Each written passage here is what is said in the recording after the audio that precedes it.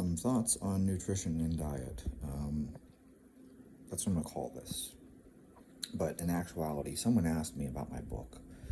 So some of you know, and I assume actually, probably considering the fact that I started this channel right around the same time, if you've been following me and you're, a long-time follower, you know that I had a book that I published with Chris Barnard back in like 2013, 2014, and I did a book on nutrition.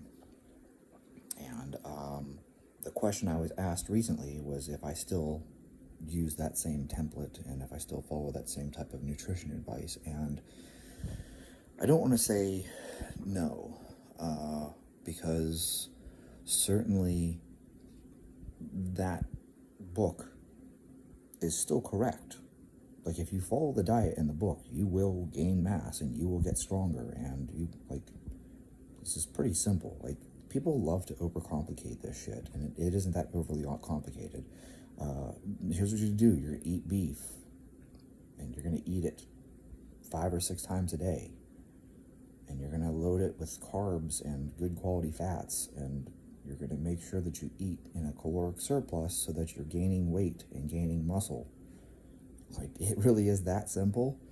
And at the same time, if you were to sit down and have a long discussion with me on this, I would tell you that no, I don't still use that same strategy though. So for those of you who have been following me on IG, you know that I've been telling you about how great Nathan Payton is for at least 2 years now, and that I have really changed a lot of my thoughts around nutrition because of Nathan. So it's really nice to see that he is finally getting credit, because those of you who follow me on IG know that I have posted in my stories repeatedly about Nathan Payton. He just finally was brought on Dave Tate's Table Talk. So, I can't believe it took this long for people to start finding out who this guy is. He has coached so many of the world's strongest man competitors. I can't believe more people don't know who he is. That being said, Nathan's work has really changed the way I look at nutrition, and I kind of look at things from a very different perspective now in terms of,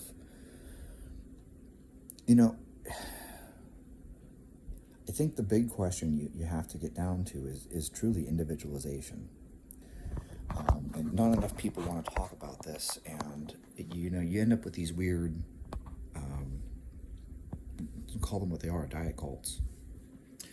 Keto, keto gains, keto whatever shit it is, carnivore, you can slap keto on anything these days. It doesn't even have to actually be ketogenic at all. Most people saying they're doing a ketogenic diet are not doing a ketogenic diet.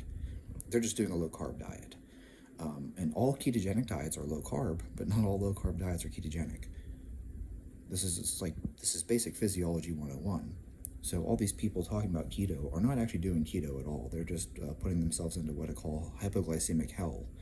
So they don't eat enough fat to have ample ketones and energy, but then they also don't eat enough carbohydrates to provide themselves with glucose. So they just end up in this state where they eat entirely too much protein, not enough carbs, not enough fat, and they end up in what I call hypoglycemic hell. So their blood glucose is low all the time, and they also have no energy because they don't eat enough fat. So they just end up in this constant low energy state where they feel like shit. And they keep doing it though because, I don't want to get fat. They're obsessed with being lean and skinny, and they're afraid to gain weight. And it's like, wow, man, how do you plan on gaining muscle without gaining weight? Like, I've had that conversation with guys entirely too many times. Guys are like, well, I don't want to gain weight, but I want to gain muscle. If I could magically slap 20 pounds of muscle onto your body, you would gain 20 pounds. Like, pretend that we gain nothing but muscle, and we throw all this extra muscle on your body. How do you want the scale to not move? And I know, the point that people are really trying to say is they don't want to get fat, but then they're also afraid of gaining weight at the same time, and it's like, you are sabotaging yourself. You undereat. I cannot believe every hard gainer I run into, their problem is that they don't eat. Anyways, back to my statements about diet and the way I look at things now and individualization, my big thing is really, it's about digestion. What foods do you digest well, you know?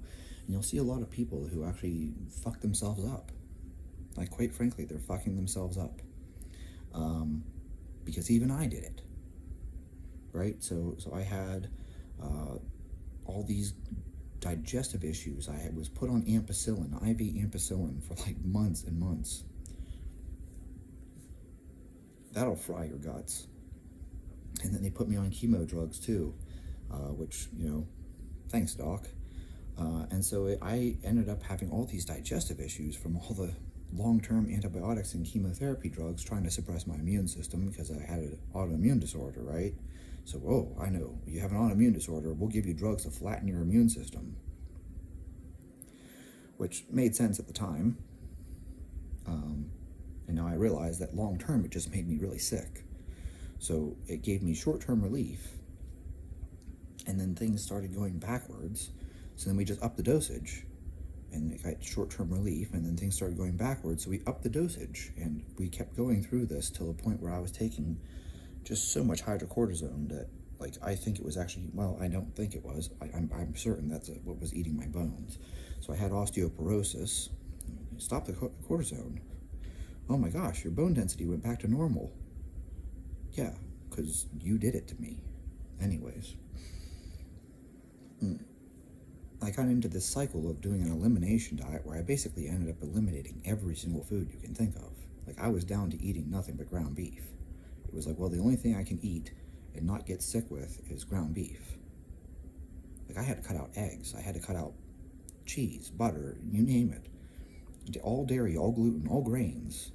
I had to cut out all fruits, all vegetables, everything. I had to be on this, like, zero fiber, nothing but ground beef. And a big step for me was that, I'm able to eat steak now. Because I couldn't eat steak at one point. Steak was too hard to digest. I had to get ground beef. That's how sick I was. And now I look back at that and I realize how I don't want to knock the idea of doing an elimination diet. It's definitely something that you may have to do at some point. But when you do an elimination diet, you should start trying to reintroduce foods as fast as possible. Like, you should make your elimination diet as only as long as it has to be. And instead, I got into this cycle of being afraid of eating new foods, which then doesn't help you. But it's because every time I introduced new food, I got sick. So, like, of course I'm afraid of eating new foods. Every time I eat a new food, I get sick again. But the problem with this is that as you keep eliminating things, eventually you end up with, like, one thing that you can eat. And at that point, like, I don't know, I don't have a problem. I don't mind eating the same boring shit all day, every day. I could eat boiled chicken and boiled white rice every day, and I would never get tired of it because I just don't care about food. To me, it's just putting gas in the gas tank. But what I think is a bigger issue here is that when you just have one food all the time, like, you're not getting a full spectrum of nutrients. And it also will definitely impact your performance if you're an athlete. You need to have different substrates. So in any case, my point that I'm trying to come around to is that, you know, by looking at even like Chris Tuttle is a good person, Justin Harris is a good person, looking at these other approaches around nutrition, right? I started just saying, you know what, fuck it. I'm gonna eat broccoli. I don't care if it makes me sick. I'm gonna eat it. So I'm gonna commit to this for 2 weeks. I'm gonna have some broccoli every day. Well, wouldn't you know, after 2 weeks of doing it, I no longer got sick. So the first time I ate broccoli, I got sick. Well, yeah, because you haven't eaten broccoli in 2 years. After 2 weeks of eating broccoli every day, I don't have a problem with broccoli anymore. I was like, okay, I'm gonna put white rice in. First time I ate white rice, I got really sick. I had cramps in my legs. I had these muscle cramps that were so bad they left bruises. That's how bad my cramps were. Like, you think, oh, LeBron James got cramps and blah, blah. Dude, I had cramps that literally left bruises up and down my legs. That's how severe the cramping was. But you know what? After like 3 days of eating white rice, I stopped having the cramps. And within like a week of eating white rice each day, I stopped having gut issues from it. So, like, yeah, if you haven't had this food for a long time, it's probably going to make you a little sick the first time you eat it. And then as you eat it again and again and again, oh yeah, your body's like, oh, I remember this stuff. And so I was able to start reintroducing foods.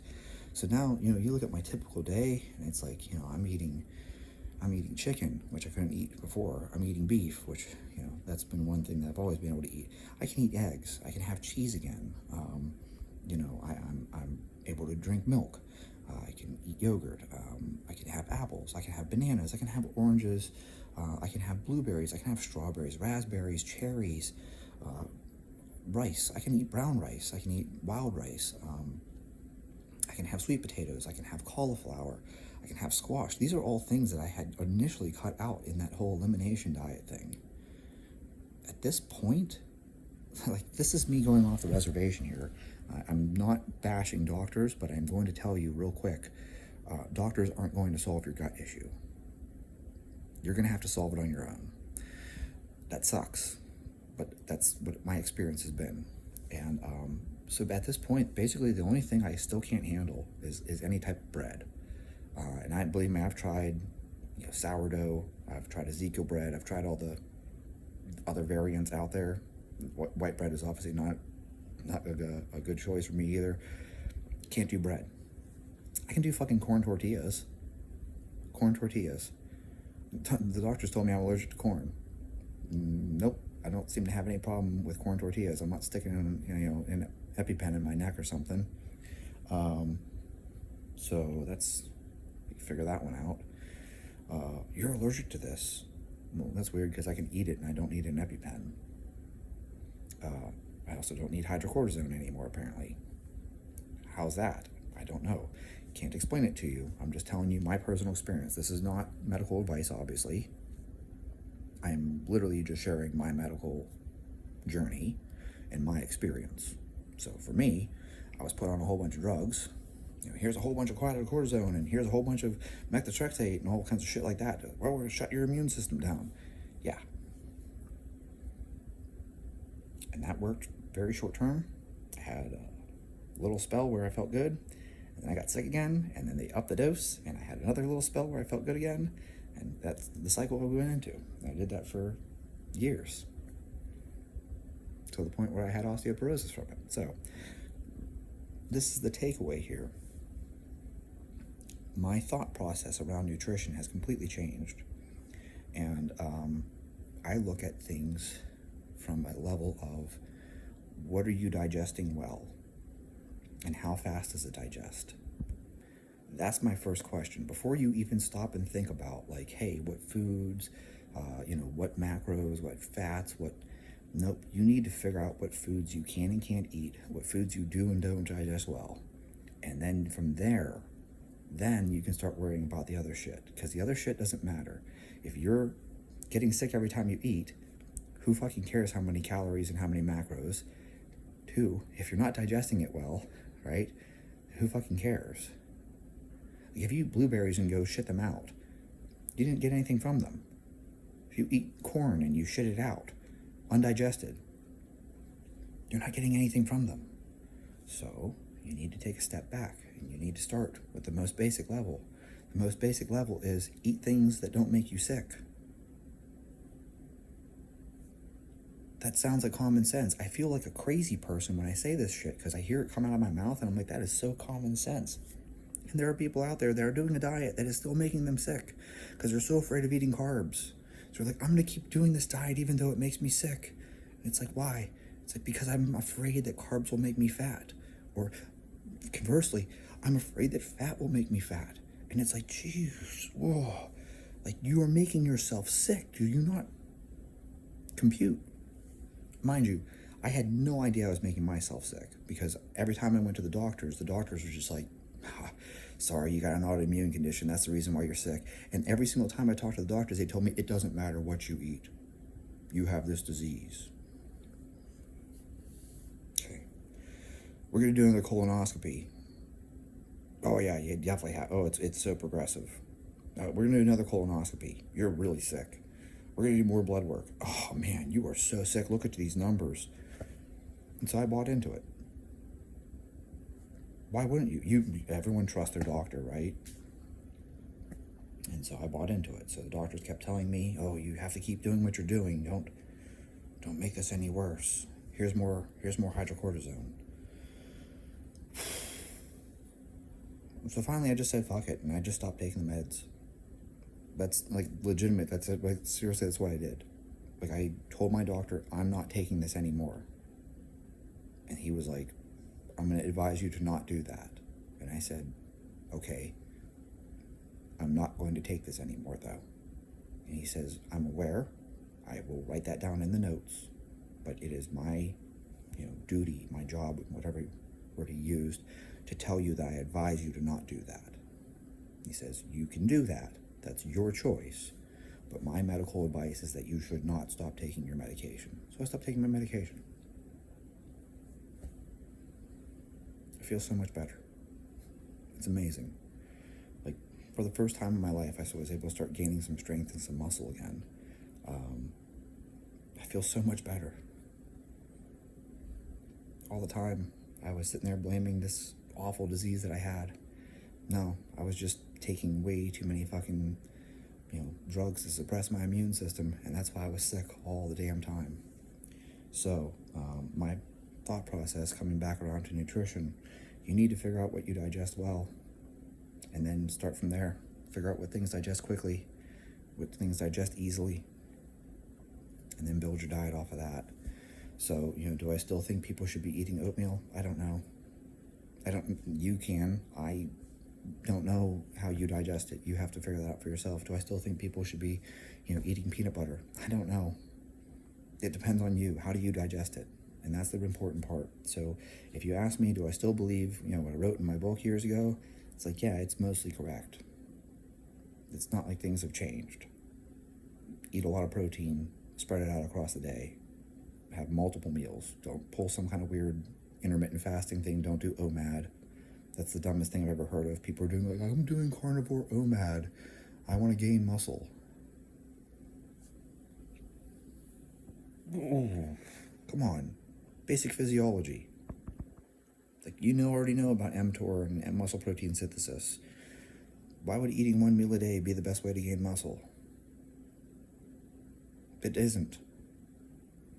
Now, don't get me wrong. If you're diabetic and you're trying to, resolve your type 2 diabetes, OMAD. Sure. Why not? The research is good. It looks like it lowers people's blood glucose. You're trying to get jacked and you want to get as big as possible and get as strong as possible? No.